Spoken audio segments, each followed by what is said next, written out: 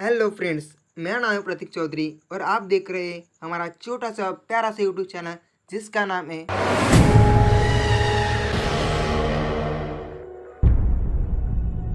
अगर आप थंबनेल को देखकर इस वीडियो पे आए तो आप बिल्कुल सही जगह पर आए हैं, क्योंकि आज यूट्यूब के इतिहास में पहली बार ऐसे होने वाला है कि 33 previous year question of NEET कि जो कि आपके एग्जाम पॉइंट ऑफ व्यू से बहुत ही इंपॉर्टेंट होने वाले हैं, जो आज हम देखने वाले हैं। जो 29 क्वेश्चन हमारे एग्जाम को नीट एग्जाम को आए हैं, जो कि प्रीवियस ईयर क्वेश्चन आए हैं, जो कि आज हम देखने वाले हैं। और 29 इंटू 4 अगर किया जाए तो 76 क्वेश्चन होते हैं, क्योंकि हर क्वेश्चन को 4 ऑप्शन होते हैं और हर ऑप्शन को हम अच्छे से एनालाइज करने वाले हैं और उसका सॉल्यूशन देखने वाले हैं। तो let's move on the first question. हमारा पहला क्वेश्चन से जो कि हमारा टॉपिक से हमारा living word the living words पे आज हम डिस्कस करने वाले हैं। द लिविंग वर्ड्स में से हमारा पहला टॉपिक है what is living. The first question is which one of the following aspects is an exclusive characteristics of living things. Isolated metabolic reactions occur in vitro condition. अब आप बोलेंगे in vitro condition क्या होती है। In vitro condition में क्या होता है, जैसा कि विद इन द ग्लास जो कि ग्लास के अंदर किया जाती है। और अगर हम कह सकते हैं it happens outside of living organism, तो जो कि हमारे लिविंग ऑर्गेनिज्म हम जैसे रहते हैं वो हम वैसे नहीं रह सकते। ऐसी एक रूम होती है इन विट्रो कंडीशन में, ऐसी एक रूम होती है उसमें हमारा जो बॉडी टेम्परेचर से हमारा रूम टेम्परेचर 37 डिग्री सेल्सियस वो मेंटेन किया जाता है। और वहाँ पे माइक्रो ऑर्गेनिज्म को ग्रो किया जाता है। वहाँ पे कोई भी बैक्टीरिया और कोई भी आता जाता नहीं है, क्योंकि उसको कोई डिफेक्ट ना हो, उसमें कोई प्रॉब्लम ना हो, इसलिए वो इन विट्रो कंडीशन में उसे जगाया जाता है। तो पहला ऑप्शन ऐसा दिया गया है आइसोलेटेड मेटाबॉलिक रिएक्शन, तो उसे आइसोलेट किया जाता है, वो मेटाबॉलिक रिएक्शन होती है इन विट्रो कंडीशन में, जो कि ऑप्शन करेक्ट नहीं है। बी ऑप्शन हमारा है increase in mass from inside only. जो हमारा मास होता है वो अंदर ही उस पर इनसाइड इंक्रीज होता है, ऐसा है, तो वो भी करेक्ट नहीं है। सी ऑप्शन हमारा है perception of events happening in the environment and their memory. Perception म्हणजे पॉइंट ऑफ व्यू, आप किस दृष्टिकोण से देखते हो। इवेंट्स हैपनिंग इन इन्वायरमेंट, हमारे जो इन्वायरमेंट में जो इवेंट्स होते हैं, डिफरेंट ऑफ इवेंट्स होते हैं एंड देयर मेमरीज जो होते हैं, जो कि हम पॉइंट ऑफ व्यू से देख सकते हैं, इसी को हम लिविंग थिंग्स कर सकते हैं, जो कि हम पहचान सकते हैं, हम फील कर सकते हैं। तो इन्वायरमेंट में जैसी हवा चल रही है, इन्वायरमेंट में जैसी क्लाइमेटिक कंडीशन चेंज हो रहे हैं, हम उसे फील कर सकते हैं। इसी को हम डिफाइन कर सकते हैं लिविंग थिंग्स। हमारा फोर्थ ऑप्शन है increase in may be accumulation of material both on surface as well internally. जो हमारा मास है जो कि इंटरनली और सरफेस में भी इंक्रीज होकर एक्यूमुलेशन हो सकता है, ये हमारा फोर्थ ऑप्शन है, जो कि करेक्ट नहीं है। तो इस क्वेश्चन का पहला क्वेश्चन का हमारा सही आंसर है C option is correct answer. तो पहला क्वेश्चन आपको अच्छे से समझा होगा, ऐसा मैं गृहित धरता हूँ और हम नेक्स्ट क्वेश्चन को जाते हैं। Next question is the living organism can be unexceptionally. क्या है अनएक्सेप्शनली, ये आप अच्छे पढ़ना होता है, क्योंकि नीट एग्जाम जो कि कॉम्पिटेटिव एग्जाम होते हैं ना, अब आपको वर्ड्स में घुमाया जाता है, आपको वर्ड्स में वो खिलाते हैं और आपको कंफ्यूज करने का काम करते हैं। unexceptionally distinguished from the non-living things on the basis of their ability। तो नॉन लिविंग थिंग्स से वो एक्सेप्ट नहीं करते, तो living organism can be unexceptionally, क्योंकि एक्सेप्ट नहीं करती तो उसे डिस्टिंग्विश करती है, डिफरेंट करती है non living things on the basis of the ability. जो कि नॉन लिविंग थिंग्स की जो एबिलिटी है उसको डिफरेंट करती है लिविंग थिंग्स से। तो कौन से ऑप्शन से, पहला ऑप्शन है interaction with environment and progress evolution. ये जी एक ही हमारे प्रॉपर्टीज है लिविंग थिंग्स की, जो कि इंटरेक्शन इन्वायरमेंट से इंटरेक्शन कर सकती है और प्रोग्रेसिव इवोल्यूशन, जैसे कि हम बच्चे थे, बच्चे से बड़े हो गए, इसे हमारी इवोल्यूशन हो रही है। सेकंड ऑप्शन हमारा है रिप्रोडक्शन, जो कि लिविंग थिंग्स होते हैं और रिप्रोडक्शन कर सकते हैं, ये भी हमारे लिविंग थिंग्स की प्रॉपर्टी है। तो थर्ड है ग्रोथ एंड मूवमेंट, हमें जो बचपन में छोटे थे अब बड़े हो गए, अब मूवमेंट कर सकते हैं, हालचाल कर सकते हैं, ये भी लिविंग थिंग्स की हमारी प्रॉपर्टीज़ है। और हमारा फोर्थ ऑप्शन है रिस्पॉन्सिवनेस टू टच, ये हमारा नॉन लिविंग थिंग्स का एबिलिटी है, क्योंकि हमने ऐसे नहीं कर सकते कि अगर हमको टच किया और कुछ रिस्पॉन्स है तो हम उसे लिविंग थिंग्स कर सकते हैं, ये नॉन लिविंग थिंग्स की प्रॉपर्टी है। तो हमारा सही ऑप्शन है डी ऑप्शन। हमारा नेक्स्ट क्वेश्चन है biological organization starts with. Biological organization कैसे कहाँ से स्टार्ट होता है, सेलुलर लेवल, या फिर सेल हमारे प्रेजेंट हमारे बॉडी में सेल होती है वहाँ से स्टार्ट होता है, organism level, C atomic level, and D sub microscopic level. तो इसका सही आंसर है सब माइक्रोस्कोपिक लेवल। मैं आपको एक्सप्लेन करता हूँ अगले स्लाइड में। आंसर डी क्यू है, molecular assemblies are large organized sets of molecular units that make up parts of organisms।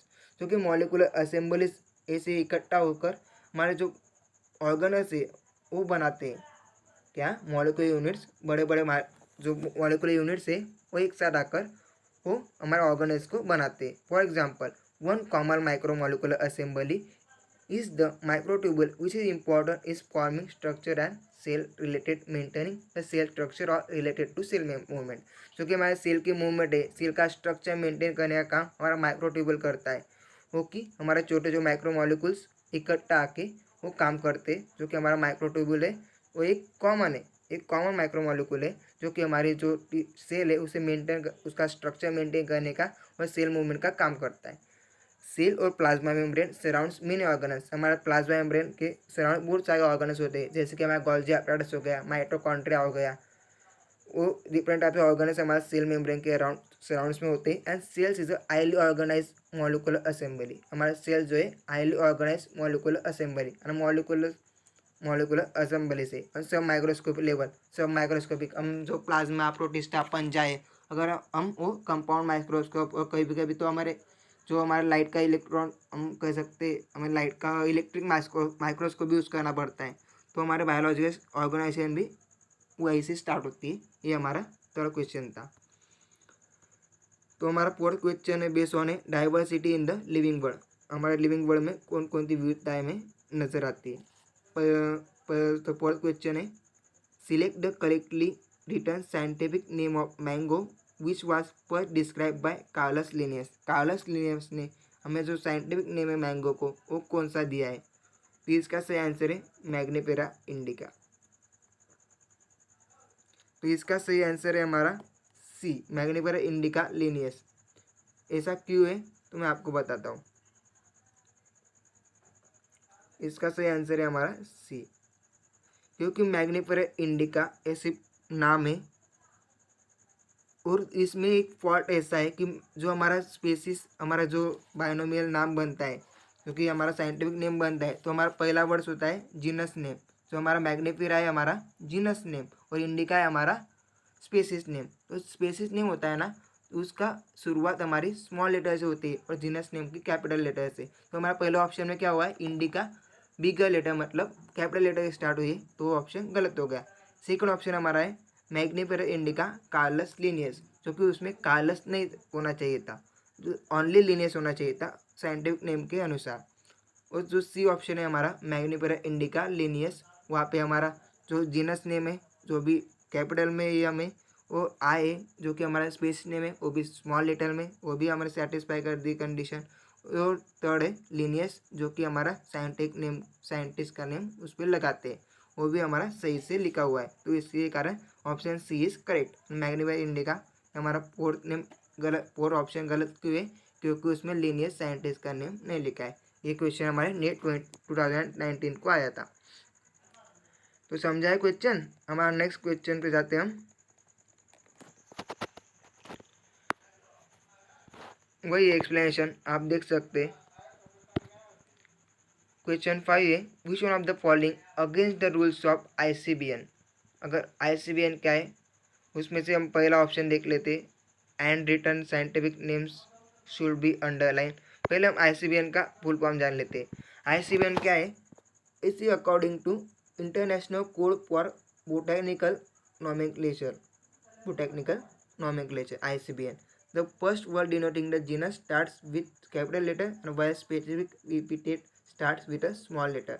मतलब स्पेसिफिक हमारे स्मॉल लेटर से शुरुआत होते हैं, ऐसा उसका ऑप्शन से। तो इसमें फॉल्ट हुआ एक इस क्वेश्चन में, जो डी ऑप्शन से, जो कि scientific names are always written Latin, और साइंटिफिक नेम्स में से हमारा पहला जीनस नेम कैपिटल होता है और हमारा सेकंड नेम जो कि हमारा जो जी स्पेसिस नेम होता है वो स्मॉल लेटर डिनोट करते हैं। तो हमारे ऑप्शन डी रह गए, सॉरी फॉर दिस। इसका आंसर है डी, वो आप एक्सप्लेनेशन दे सकते हैं। तो हम नेक्स्ट क्वेश्चन पे जाते हैं। Nomenclature is govern by certain universal rules, which one of the following contrary to rules of nomenclature. जो कि हमारे ICBN नॉमेनक्लेचर हमें दिया गया है, उस ऐसा कौन सा ऑप्शन है इसमें से जो कि हमारा फॉलो नहीं करता ICBN रूल को। तो पहला है names are written in Latin and are italics, ये सही है, बिल्कुल सही है पहला ऑप्शन।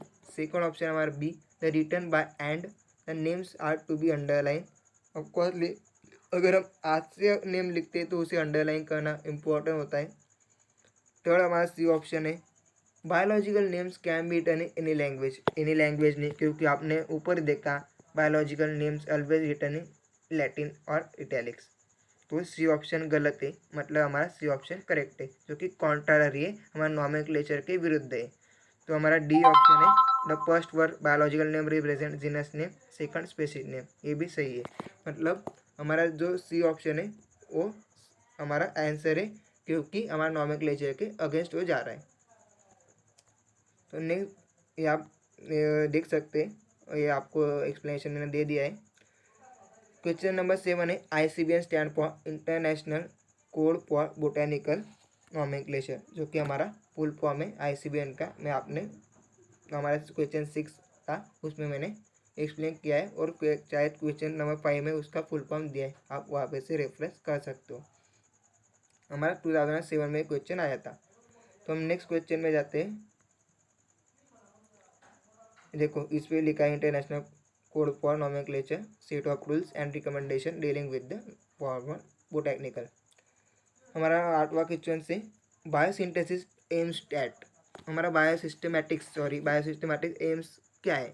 तो पहला है classification of organism based on broad morphology character. हमारा मॉर्फोलॉजी कैरेक्टर्स के अनुसार हम उसका क्लासिफिकेशन करें, ऑर्गेनिज्म का क्लासिफिकेशन ब्रॉड क्लासिफिकेशन करें।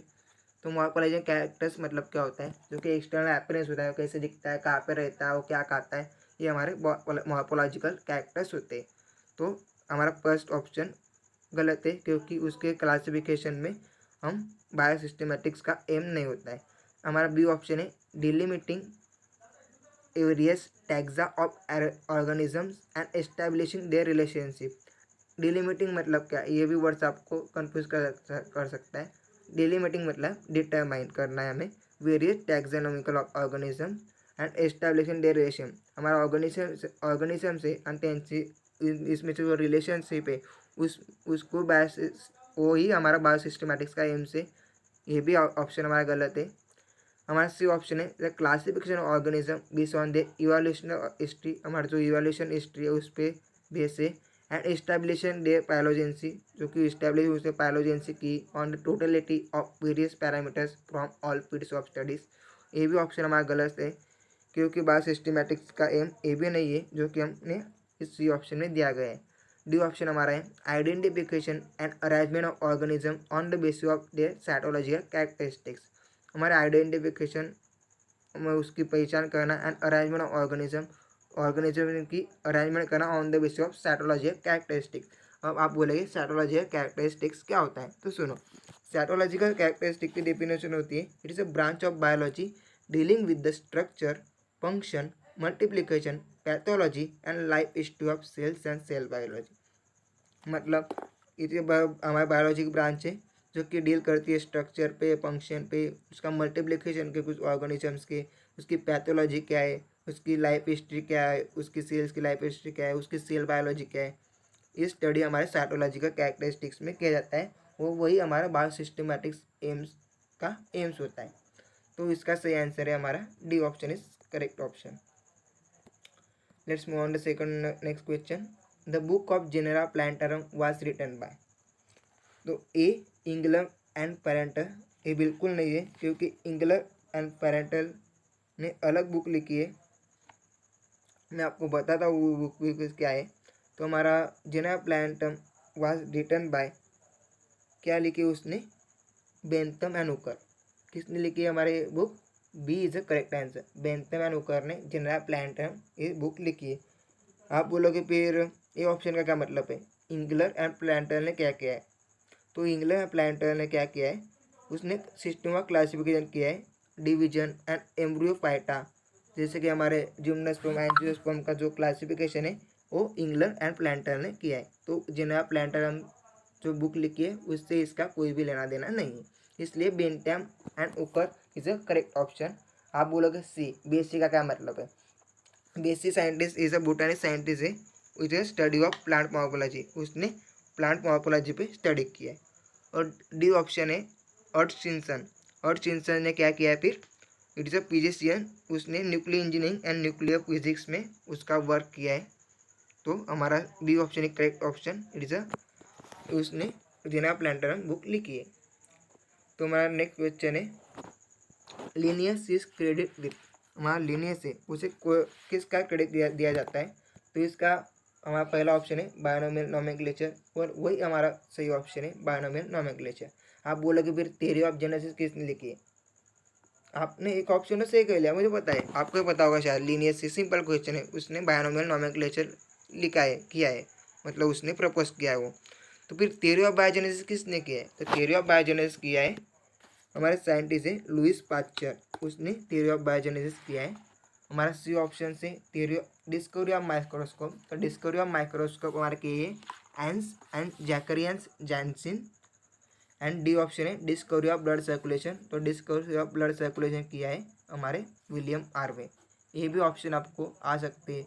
आपको इस साल क्वेश्चन आए जो कि हमारे 1993 में क्वेश्चन आया लिनियस ने क्या किया है बायनोमियल नोमेनक्लेचर। आपको इस साल ऐसा भी आ सकता है कि ब्लड सर्कुलेशन किसने किया है, विलियम आर्वे आ सकता है। डिस्कवरी ऑफ माइक्रोस्कोप किसने किया है, ये भी आपको क्वेश्चन आ सकता है। तो इसलिए मैंने बोला कि अब अगर एक क्वेश्चन सॉल्व कर रहे हैं तो उसके 4 ऑप्शन होते हैं, हमें उसके चारों ऑप्शन का अच्छे से एनालिसिस करना है और उसका अच्छे से डिस्क्रिप्शन हमें उसका नॉलेज होना चाहिए, ताकि अगर इस साल वैसा क्वेश्चन आए तो हम उसे इजीली सॉल्व कर सकें। तो नेक्स्ट क्वेश्चन हमारा Linnaeus you are a system of nomenclature is called a binomial. हमने पिछले हमारा जो क्वेश्चन था उसमें देखा बायनोमियल, इसका ऑप्शन है सी, उसमें कोई एक्सप्लेनेशन देने की ज़रूरत नहीं है। हमारा क्वेश्चन 12 है the term new systematics was introduce by. तो हमारा पहला ऑप्शन है बेंथम एंड उकर, जो कि हमारा आपने देखा बेंथम उकर ने किया है टैक्सोनॉमिक सिस्टम किया है, तो हमारा पहला ऑप्शन नहीं है। हमारा सेकंड ऑप्शन है लीनियस। तो लीनियस ने क्या किया है बायनोमियल नोमेनक्लेचर किया है, तो हमारा सेकंड ऑप्शन भी नहीं है। तो हमारा थर्ड ऑप्शन है जूलियन अक्जेली। तो ये हमारा सही ऑप्शन है, जो कि हमारा न्यू सिस्टमैटिक्स को उसने इंट्रोड्यूस किया है जूलियन एक्जेली ने। तो हमारा डी ने क्या किया फिर एपी डी कैंडोले ने किया है प्लांट टैक्सोनॉमी का काम एपी डी कैंडोले ने किया है। तो ये सर हमारा क्वेश्चन 12। नेक्स्ट क्वेश्चन में हम जाते हैं तो टैक्सोनॉमिक कैटेगरीज। तो इसमें मैचिंग करना है हमें house fly classification and select the correct option using the codes given below. हमारे जो हाउस फ्लाई है उसमें उसके क्लासिफिकेशन दिए गए हैं और उसके करेक्ट ऑप्शन जो कि हमें कोड्स गिवन गए दिए गए उसमें हमें उसके पेयरिंग करनी। तो हमारा पहला ए फैमिली, तो फैमिली की जोड़ी कहाँ पे लगेगी? तो इसका ऑप्शन करेक्ट मैं आपको एक बार करेक्ट ऑप्शन बता देता हूँ ताकि आपको अच्छे जोड़ियाँ कर सके। तो इसका सही ऑप्शन है हमारा ए ऑप्शन। तो आपको बताता हूँ कैसे। तो हमारा फैमिली की जोड़ी लग सकती है हमारे म्यूसिडाई, फैमिली हमारे हाउस फ्लाई की म्यूसिडी, और हमारी जो ऑर्डर है उसकी डिप्टेरा, उसकी क्लास है इंसेक्टा एंड फाइलम है उसका आर्थ्रोपोडा। ऐसे हमारे टैक्सोनॉमिक कैटेगरीज थी हाउस फ्लाई की जो क्लासिफिकेशन और उसकी जो कोर्स है उसकी हमने जोड़ियाँ लगाई। तो ऑप्शन ए इज़ करेक्ट। और आप जो हाउस फ्लाई है जो कि हमारे आर्थ्रोपोडा फैमिली है उस पर आप अच्छे रेफर कर सकते हो, करो वो आपने टॉपिक्स पढ़ लिया तो फिर आपको ये सारे जोड़ियाँ अच्छे से आने लगेंगी। तो हमारा नेक्स्ट क्वेश्चन है then know the common characteristics between tomato and potato will be maximum at level of their. हमारा इम्पोर्टेंट क्वेश्चन क्या है, हमारे जो टोमेटो और पोटैटो होते हैं तो उसमें से उस दोनों में से कौन से कॉमन कैरेक्टरिस्टिक्स होते हैं will be maximum at the level of there, जो कि उनके कौन से लेवल पे वो सेम कैरेक्टरिस्टिक्स दोनों के होते हैं। तो इसका सही आंसर है प्रोटीन ए फैमिली। उसकी फैमिली पे ऊपर जो पोटैटो और टोमेटो होते हैं वो उसके कॉमन कैरेक्टरिस्टिक्स होते हैं। 30 हमने कर लिया, 14 हो गए। 15 क्वेश्चन है हमारा विच one of the following organisms is scientifically correctly printed according to international rules of nomenclature and correctly described। अब इसका जो एक्सप्लेनेशन है इन पीपीटी में आपको दिखाई देगा। आंसर बी इज करेक्ट है। मैं आपको पहले आंसर क्लिक कर लेता हूँ। Plasmodium falciparum it's a protozoa pathogen causing the most serious type of malaria. तो इसका एक्सप्लेनेशन मैंने आपको जो पीपीटी है उस पर अच्छे से एक्सप्लेन कर दिया है कि वो ऐसा क्यों नहीं। As per the international rules of nomenclature the scientific name consist of two parts. First is genus part, second is species part. Both genus and species either italics और आर अंडरलाइन, वो कि इटैलिक्स में होती है और उस पर underline की होती है। In genus the first letter capital, the species is always written in lower case में उसको स्मॉल लेटर में लिखा जाता है। Musca domestica is a common house fly. In option A the scientific name is not italic. जो हमारे Musca domestica है in common house word is and is reptile, यहाँ पे दिया गया है लेकिन वो है हाउस फ्लाई। तो हमारा पहला ऑप्शन गलत हो गया। Plasmodium falciparum is a protozoa pathogen causing the most serious type of malaria, ये हमारा करेक्ट ऑप्शन है। हमारा Felis tigris is a scientific name of Indian tiger in option C. A first letter of genus Felis is not written in capital letter। जो Felis है वो not in capital letter, ऐसा उसका कहना है। And Escherichia coli is the full name E coli. It's commonly occurs in human intestine. E coli, तो इसको इचेरिचिया Cola लिखना चाहिए था, ना कि बल्कि ई कोला। तो डी ऑप्शन इसलिए अगर मतलब फॉल्स है। तो आपको एक एक्सप्लेनेशन मैंने स्लाइड पर आपको प्रोवाइड कर दिया है। अगर आपको कुछ प्रॉब्लम हो तो आप इस स्लाइड को अच्छे पढ़ सकते हो। इस कॉमन क्वेश्चन से जो कि हमारे जो जीनस और स्पीसीज जो हमारा बायोनोमियल नोमेनक्लेचर है उस पर बेस्ड क्वेश्चन था। तो हमारा नेक्स्ट क्वेश्चन है विच one of the following animals is correctly match with its particular taxonomic category. तो टाइग्रिस इज अ स्पीसीज, ये सही है। जो हमारे ये पहला ऑप्शन हमारा सही है क्योंकि जो यहाँ पे लिखा है particular taxonomic category tiger Tigris उसकी स्पीसीज है। तो हमारा पहला ऑप्शन ये करेक्ट है। तो फिर हम सेकंड ऑप्शन की देखते हैं। Cuttle fish is equal to Mollusca is a class, ये ऑप्शन गलत है। क्योंकि गलत है कि cuttle fish is equal to Mollusca है, इसका ऑर्डर है, नॉट है ना फैमिली, क्या उसकी ऑर्डर है, इसलिए वो गलत है। सी ऑप्शन है humans is equal to Primata primary, तो उसकी प्राइमरी जो है वो प्राइमाटा नहीं है, ओमिडी है। ओमिडी मतलब क्या होता है, वो दोनों जगह रह सकता है, वाटर में भी रह सकता है और वो ज़मीन में भी ज़मीन पर भी रह सकता है, इसलिए ओमिडा फैमिली में हमारे ह्यूमंस आते हैं। तो हमारा डी ऑप्शन है house fly equal to Musca is order, it nots an order. Musca it's an sub order है, इसलिए वो डी ऑप्शन गलत है। तो let's move on the next question. The species are consider as, जो species है उसे हम क्या कंसिडर करते हैं, real basic unit of classification. Real होता है, बेसिक होता है, यूनिट्स ऑफ क्लासिफिकेशन होता है, क्योंकि जो टैक्सोनॉमिक ऑर्डर है उसमें जो सब लास्ट में आता है वो होता है हमारी स्पेसीज, और हमारी वो बेसिक होती है। ऊपर से हम स्टार्ट करते हैं तो हम नीचे जो डोमेन से हम स्टार्ट करते हैं तो हमारा फाइनली आता है स्पेसीज, तो है रियल होता है और बेसिक यूनिट्स ऑफ क्लासिफिकेशन। इसमें कोई हमें एक्सप्लेनेशन देने की कोई ज़रूरत नहीं। आप टैक्सोनॉमिक ऑर्डर देख सकते हैं, उसमें आपको अच्छे से मिल जाएगा, अच्छे से उसका आंसर मिल जाएगा। वो सिंपल क्वेश्चन है। हमारा नेक्स्ट क्वेश्चन है which of the following is less general in characters as compare to genus. इसमें से कौन से ऐसा ऑप्शन है जो कि less character in characters as compare to genus. इसका ऑप्शन से ऑप्शन है स्पीसीज, क्योंकि जीनस ऊपर होता है और उसके नीचे हमारे स्पीसीज होती है। ये दोनों ऑप्शन एक दूसरे के सेम ही है, तो आप दोनों टैक्सोनॉमिक ऑर्डर रेफर कर सकते हैं। जैसे कि हमारा पहला होता है डोमेन होता है सबसे ऊपर, उसके नीचे किंगडम होता है, उसके नीचे phylum, class, order, family, genus और स्पीसीज। तो वहाँ पे हमारे इस क्वेश्चन में क्या दिया है, less general in character as compare to genus. Genus के कंपेरिजन में लेस जनरल कैरेक्टर कौन से है, तो स्पीसीज, क्योंकि हमारा जीनस ऊपर आता है और उसके नीचे हमारा स्पीसीज आता है। तो क्लियर हो गया question. Let's move on next question. The taxon is the unit of taxonomy. उसमें कुछ था ही नहीं, ऐसा सिंपल क्वेश्चन था। ऐसा भी क्वेश्चन आते तो आप ऐसा ना बस सोचो कि क्वेश्चन हार्ड ही आते, बस उससे हमें रेफर करना चाहिए, उससे हमें एक बार प्रीवियस ईयर क्वेश्चन देखना बहुत ही इंपॉर्टेंट होता है, ताकि हमें पता चले कि किस टाइप के क्वेश्चन आते हैं और किस टॉपिक से मोस्ट ऑफ द क्वेश्चन आते हैं। तो हमारा 20 क्वेश्चन है, सीक्वेंस ऑफ टैक्सोनॉमिक कैटेगरीज इस क्लास।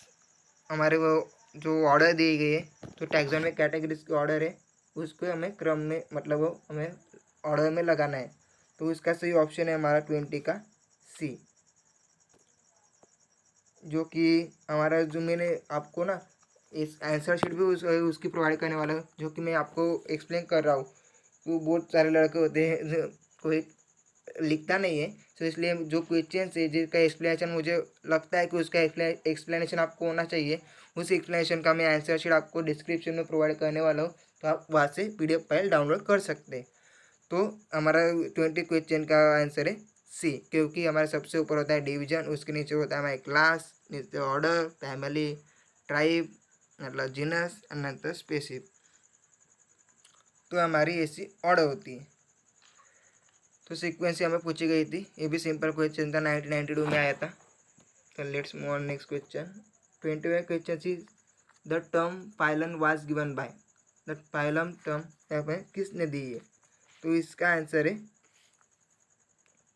इसका आंसर हमारा अकेले, क्या हमारा उसका आंसर अकेले, B is a correct answer. आप बोलोगे बी क्यों उसका आंसर है, तो मैं आपको बताता हूँ। जो क्यूवेर है, क्यूवेर ने क्या किया है, फिर उसने फादर ऑफ पैलेंटोलॉजी उसे कहा जाता है। हमारा सी ऑप्शन थियोप्रास्टस क्या है, जो फादर ऑफ बॉटनी उसे कहा जाता है। और जो हमारा डी लिनियस है, उसने क्या कहा है, बायोनोमियल नोमेनक्लेचर को प्रोड्यूस किया है, मतलब उसने प्रपोज किया है हमारे बायोनोमियल नोमेनक्लेचर को। इसलिए अकेले ने क्या किया है, फिर फाइलम को दिया गया, मतलब फाइलम ने उसको हम कह सकते हैं उसको प्रपोज किया है, फाइलम जो हमारे टैक्सोनॉमी में उसको प्रपोज किया है अकेले ने। तो इसका सही आंसर है बी। तो हम let's move on next question 22।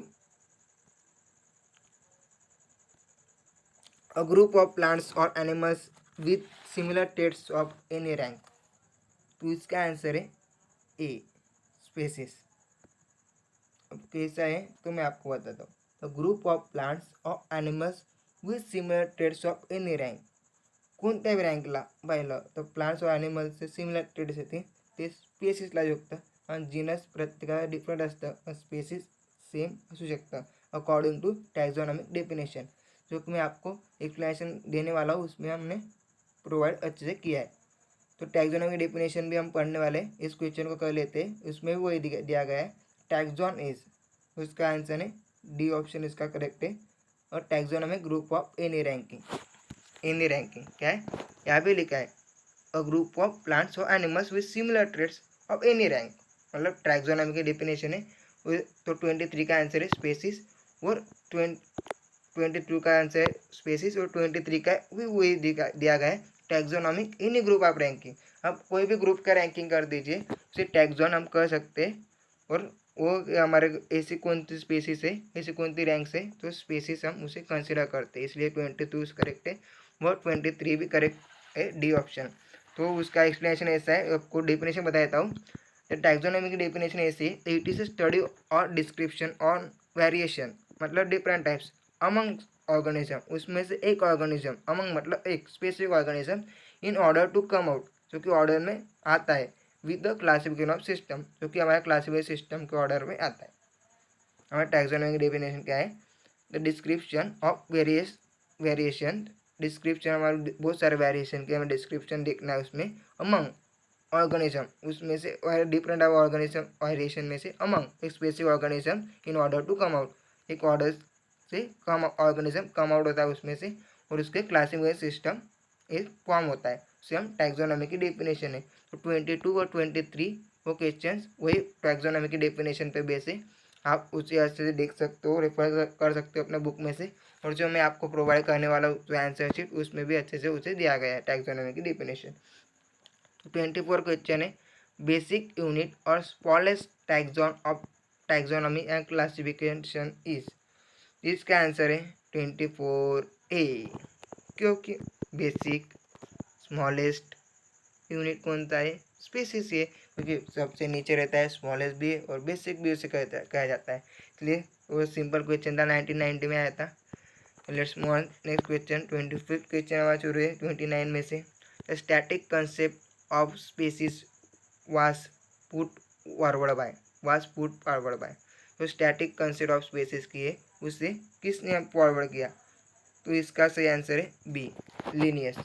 तो कार्लस लिनियस है, उसने हमारा जो स्पीसीज कंसेप्ट है उसे आगे तक चलने दिया है। तो डी कांडोल ने क्या किया है, टी फ्रास्टेस ने क्या किया है, डार्विन ने क्या किया है, मैंने आपको पहले जो क्वेश्चन है उसमें अच्छे से एक्सप्लेन किया गया है। तो हम 26 क्वेश्चन में जाते, तो क्वेश्चन पर जाते हैं। इसमें हमें टैक्सोनॉमिकल एड्स बेस्ड क्वेश्चन है। The match the items given in column 1 with those in column 2 and select the correct option in given below. Column 1 में हमें कुछ बैरियम की मस्कम कैटलॉग इसे दिए गए हो, कॉलम 2 में उसके हमें पेयर्स करने। तो इसका सही वो नीट 2018 में आए। ऐसे क्वेश्चन बहुत जैसे जैसे साल बढ़ रहा है, जैसे कंपटीशन बढ़ रहे हैं, इससे जो कॉलम के क्वेश्चन है वो भी बढ़ रहे हैं और इसमें से इसके कारण जो कंपटीशन है वो इंक्रीज हो रही है। इसी कारण जो कॉलम के क्वेश्चन है वो बहुत बार बच्चों को हार्ड लगने लगते हैं। तो इसका सही आंसर है डी। आप उसका एक्सप्लेनेशन जैसे आप करोगे तभी आपको पता चलेगा कि उसका सही आंसर उसका डी ऑप्शन क्यों है, क्योंकि हर एक का एक स्पेसिफिक क्राइटेरिया है जो कि उसे कंबाइन कर रहा है। जैसे कि हमारा अर्बेरियम है, अर्बेरियम मतलब का सही ऑप्शन है हमारा, उसकी जोड़ी है 3। It is a place where dry और press plant specimen mounted on the sheets are kept. उसमें ड्राई और प्रेस प्लांट होते हैं, स्पेसिमेन होता है, वहाँ पे वो माउंट ऑन शीट पे माउंट किया जाता है, उसे अर्बेरियम कहते हैं। तो की है, और की का क्या मतलब है, उसका ऑप्शन है D, a booklet containing list of characters and their alternative which are helpful in identification of various taxonomy. Various taxa के आइडेंटिफिकेशन करने के लिए बुक्स लिस्ट ऑफ कैरेक्टर्स होते हैं जो कि हमें बुक्स में कंटेन होते हैं, उसे की कहा जाता है। म्यूजियम क्या होता है, it is a place having collection of preserve plants and animal, जहाँ पे एनिमल्स और प्लांट्स को कलेक्शन को प्रिजर्व किया जाता है, वहाँ उसे हम म्यूजियम कहते हैं। फोर्थ ऑप्शन है कैटलॉग। कैटलॉग का हमारी जोड़ी है, a list that enumerates methodically all the species found in the area with brief description aiding and identification, जो कि हमारा डी ऑप्शन की जोड़ी है डी। हमारा डी के ऑप्शन के हमारा जोड़ी है हमारी सेकंड ऑप्शन। तो ऐसे हमारा एक्सप्लेनेशन था 26 क्वेश्चन तक। आपको मुझे लगता है आपको समझ आया होगा। अगर आपको समझ नहीं होगा तो मैं आंसर शीट प्रोवाइड करने वाला हूँ, उसमें भी आपको एक्सप्लेनेशन देखने को मिल सकता है। तो हमारा नेक्स्ट क्वेश्चन है 27, label of herbarium sheet does not carry information. तो इसका सही आंसर है हमारा लेबल ऑफ, इसका सही ऑप्शन है डी। डी क्योंकि मैं आपको लेबल ऑफ अर्बेरियम की जो इंफॉर्मेशन है उसकी डेफिनेशन आपको बताता हूँ, उसमें कौन कौन से जो पॉइंट्स है उसके इंक्लूड होते हैं information. Label of herbarium sheets carry information about date and place of collection, local and botanical names, family and collectors name. इतने सारे, तो हमारा फर्स्ट ऑप्शन करेक्ट है, क्योंकि डेट ऑफ कलेक्शन भी हमारे लेबल ऑफ अर्बेरियम में होता है, नेम ऑफ कलेक्टर भी होता है और लोकल नेम्स भी होते हैं। तो हमारे तीनों ऑप्शन करेक्ट है। तो डी हाइट ऑफ प्लांट होता है, जो कि हमारा अर्बेरियम जो शीट है उसमें वो हाइट ऑफ प्लांट की इंफॉर्मेशन कैरी नहीं करता है। तो हमारा सही ऑप्शन है डी। तो नेक्स्ट क्वेश्चन है हमारा, विच one of the following is not correct statement.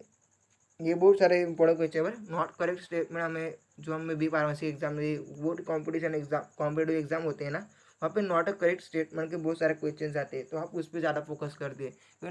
क्योंकि हमें तीन को पता करना होता है, मतलब 3 से आंसर शुरू हो, उसमें से चौथा कौन सा गलत होगा और उससे हमें फाइंड आउट करना पड़ता है। तो बहुत ही इंपॉर्टेंट क्वेश्चन होते हैं, ऐसे क्वेश्चन आप करिए। तो हम इसका आंसर देखते हैं, विच one of the following is not a correct statement. तो इसका सही ऑप्शन है हमारा ए। तो कैसे हम देखते हैं, पहला है a museum as collection of photographs of plants and animals, जो कि नहीं, हमने पिछले क्वेश्चन में देखा 26 में क्या है। म्यूजियम मतलब क्या है हमारा, it is a place having collection of preserve plants जो कि हमारे प्लांट्स है उसे प्रिजर्व किया जाता है, वहाँ पे रखा जाता है एनिमल्स को, नॉट अ फोटोग्राफ्स। मतलब वहीं पे हमें पहले ऑप्शन नहीं मिल गया कि यही गलत है। दूसरे अब ये देख लेते हैं कि is a taxonomic aid for identification of specimen, क्योंकि हमने जो मैच द पेस के उसमें सही ऑप्शन था, की का डेफिनेशन था। अर्बेरियम मतलब house dry pressed preserve plant specimen, ये भी करेक्ट है। Botanical gardens have a collection of living plants for reference, ये भी हमारा सही ऑप्शन है जो कि नीट 2013 में आया था। तो 3 B C D ये करेक्ट है, और ए ऑप्शन जो कि हमारा करेक्ट स्टेटमेंट नहीं है वही हमारा सही आंसर है। तो लेट्स मूव ऑन, हमारा आज का लास्ट क्वेश्चन है हमारा, जो कि 29 क्वेश्चन है, जो कि हमारा 2005 में आया था। One of the most important functions of botanical gardens is that, botanical gardens का जो इम्पोर्टेंट फंक्शन है कौन सा है? तो इसका सही ऑप्शन है सी। तो सी कैसे? तो मैं सी का आपको एक्सप्लेनेशन बताता हूँ, फिर हम जो ऑप्शन है उसे एलिमिनेट करते हैं। तो सी ऑप्शन में क्या लिखा है? दे allow ex situ conservation of germ plasm. आप बोलेंगे एक्स सिटू कंजर्वेशन मतलब क्या होता है? तो एक्स सिटू कंजर्वेशन मीन्स होता है conservation of species outside there natural habitats. अगर हमारे जो लिजार्ड होती है, अगर जो हमारे वाल पर रहती है, अगर हम उसे पानी में कैसे जन्म दें, उसे पानी में कैसे रहा जाए, उसे पानी में कैसे ट्रीट करें, वैसे एक सीरीज कंजर्वेशन में वहाँ पे जो जेनेटिक मटेरियल होता है उसे ट्रांसफ़र किया जाता है। वहाँ पे लोकेशन मतलब उसका डेफिनेशन आपको अच्छे बताऊँ, it involves the transfer of genetic material way from the location where it is found. मतलब हमारे जो लिजार्ड है, हमारे पाल जो है वो रहते हैं हमारे वाल पे, उसका जेनेटिक मटेरियल निकाल लिया जाता है, और उसे जो ज़मीन पर रहती है ना, तो उसे पानी में रह कैसे जग सकती हो, उसे पानी में कैसे हम जीवंत रह सकते हैं, हमें उसे उसे जगा सकते हो, मतलब उसके ज़िंदा रह सकते हैं। तो उसकी जेनेटिक मटेरियल ट्रांसफ़र करके वे जिंदा कैसे रख सकते हैं, वो एक सीरू कंजर्वेशन में हमने देखने पड़ता है। It ensure that easy accessibility of germ plasm for evolution and utilization. जो हमारे जो एक सीरू कंजर्वेशन में इजी एक्सेसिबल है फॉर जर्म प्लाज्म, जो कि आपने लिखा है ऑप्शन में, they allow ex to conservation of germ plasm, जो कि हमारा इजीली एक्सेसिबल है हमारा germ plasm for evolution and utilisation.